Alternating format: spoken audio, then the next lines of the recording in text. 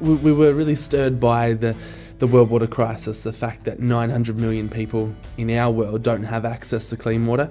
You've got to be absolutely sure of what is the reason for your social enterprise. We wanted to do something about it, discovered a $600 million bottled water industry here in Australia. We said, that's crazy. The world water crisis, that's crazy.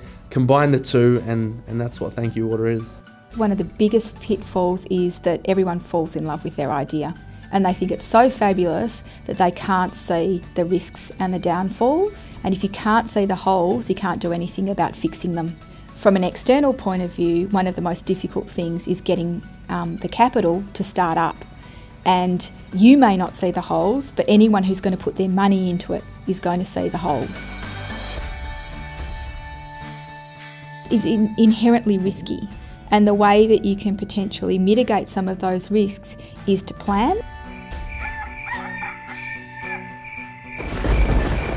And I think more planning is going to reduce pain, but it's probably the correct planning.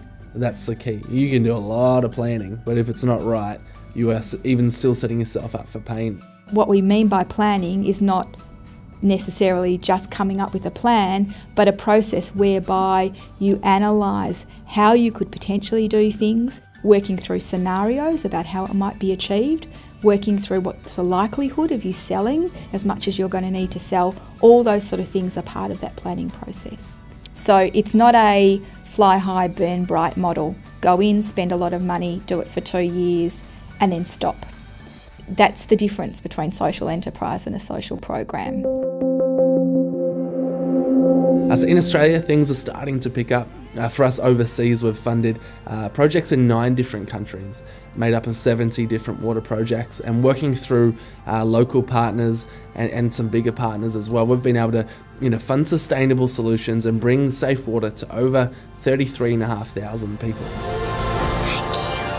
And if you get that beautiful marriage between a great business idea and a really clear social purpose, then you're on the way, I think, to a successful social enterprise.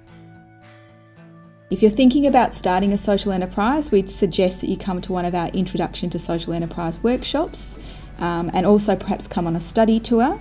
You can also use the Builder and perhaps consider applying for a place in the Crunch.